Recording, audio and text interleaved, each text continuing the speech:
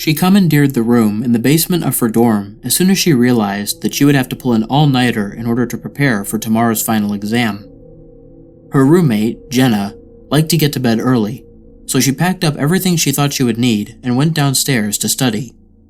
And study. And study some more. It was about 2 o'clock when she realized that she had left one of her textbooks upstairs on her bed. With a dramatic sigh, she rose and climbed the stairs slowly to her third-floor dorm room. The lights were dim in the long hallway, and the old boards creaked under her weary tread. She reached her room and turned the handle as softly as she could, pushing the door open just enough to slip inside so that the hall lights wouldn't wake her roommate. The room was filled with a strange metallic smell. She frowned a bit, her arms breaking out into chills. There was a strange feeling of malice in the room, as if a malevolent gaze were fixed upon her. It was a mind trick. The all-nighter was catching up with her. She could hear Jenna breathing on the far side of the room, a heavy sound, almost as if she had been running. She figured Jenna must have picked up a cold during the last tense week before finals. She crept along the wall until she reached her bed, groping among the covers for the stray history textbook. In the silence, she could hear a steady drip, drip, drip sound. She sighed silently. Facilities would have to come fix the sink in the bathroom, again. Her fingers closed on the textbook. She picked it up softly and withdrew from the room as silently as she could. Relieved to be out of there, she hurried back downstairs, collapsed into an overstuffed chair, and studied until 6 o'clock. She finally decided that enough was enough. If she slipped upstairs now, she could get a couple of hours sleep before her 9 o'clock exam. The first of the sun's rays were beaming through the windows as she slowly slid the door open, hoping not to awaken Jenna. Her nose was met by an earthy metallic smell, a second before her eyes registered the scene in the dorm room.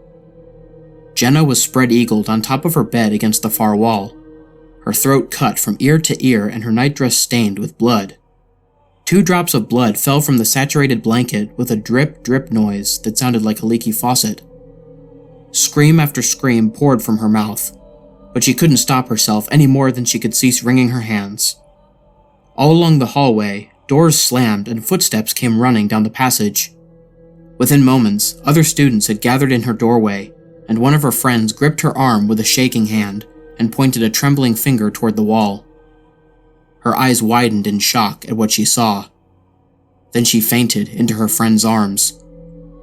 On the wall, above her bed, written in her roommate's blood, were the words, "Aren't you glad you didn't turn on the light?"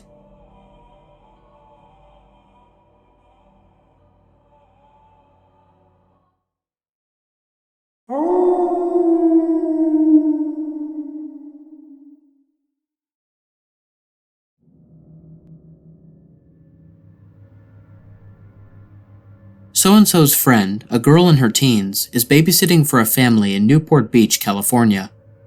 The family is wealthy and has a very large house. You know the sort, with a ridiculous amount of rooms. Anyways, the parents are going out for a late dinner/movie.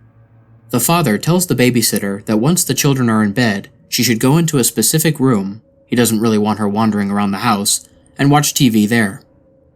The parents take off, and soon she gets the kids into bed, and goes into the room to watch TV. She tries watching TV, but she's disturbed by a clown statue in the corner of the room. She tries to ignore it for as long as possible, but it starts freaking her out so much that she can't handle it. She resorts to calling the father and asks, "Hey, the kids are in bed, but is it okay if I switch rooms? This clown statue is really creeping me out." The father says very seriously, "Get the kids, go next door and call 911. "What's going on?" she asks. He responds, "Just go next door, and once you call the police, call me back." She gets the kids, goes next door, and calls the police. When the police are on the way, she calls the father back and asks, "So, really, what's going on?" He responds, "We don't have a clown statue." He then further explains that the children have been complaining about a clown watching them as they sleep. He and his wife have just blown it off, assuming that they were having nightmares. The police arrive and apprehend the clown, who turns out to be a midget. A midget clown. I guess he was just some homeless person dressed as a clown, who somehow got into the house and had been living there for several weeks. He would come into the kids' rooms at night and watch them while they slept. As the house was so large, he was able to avoid detection, surviving off their food, etc. He had been in the TV room right before the babysitter came in there. When she entered, he didn't have enough time to hide, so he just froze in place and pretended to be a statue.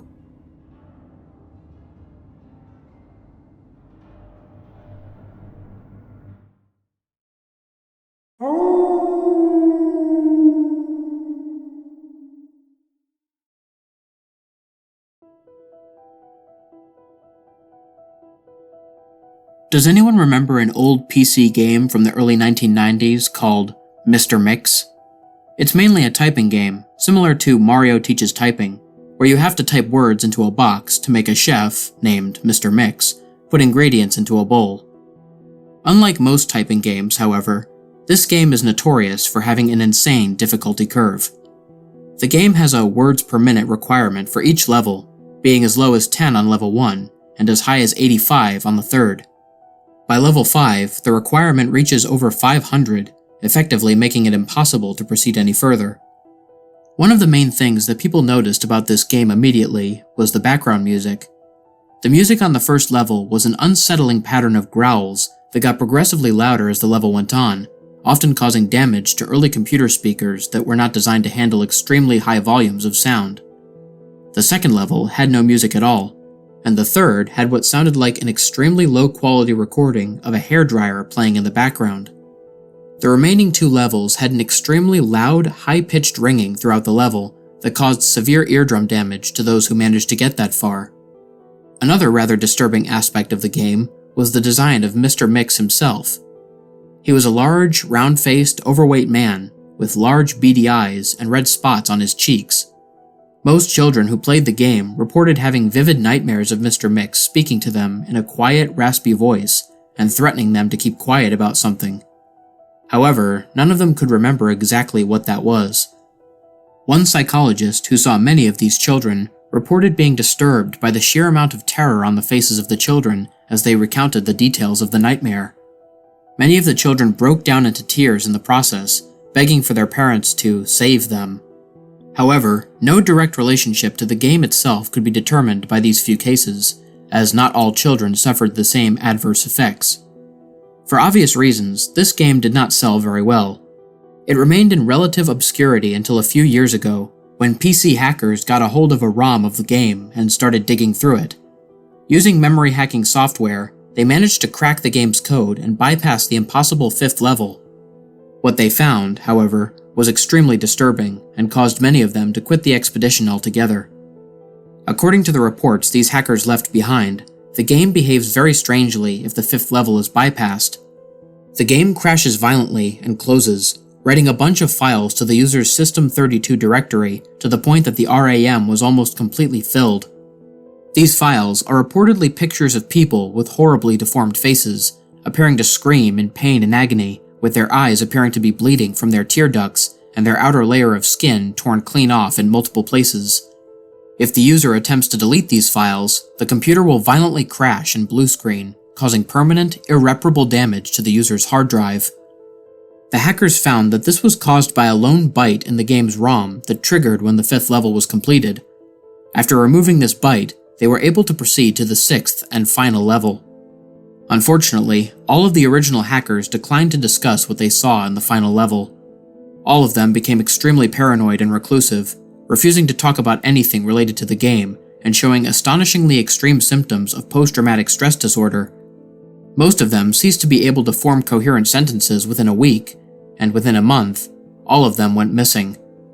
All remaining copies of the game were destroyed. To this day, no one knows what was in that game that caused them so much psychological damage. Maybe it's better that way. 2 years after this incident, a man was arrested after trying to kidnap an 8-year-old girl from a grocery store.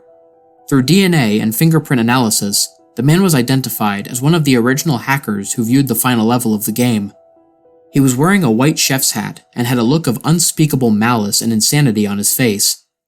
When interrogated, the man would only say one thing. "I'm Mr. Mix."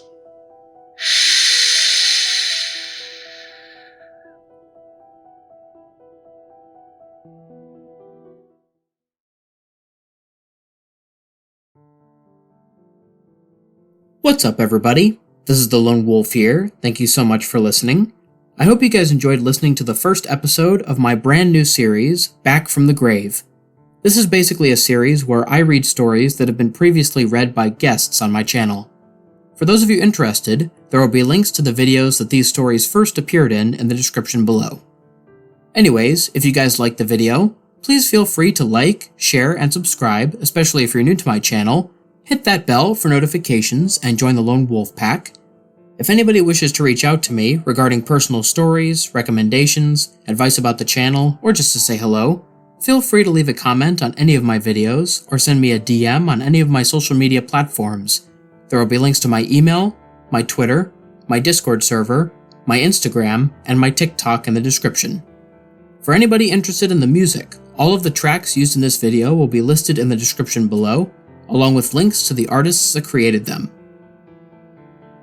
Until next time, stay spooky. And remember, the hunt begins when the moon is full. Sweet dreams.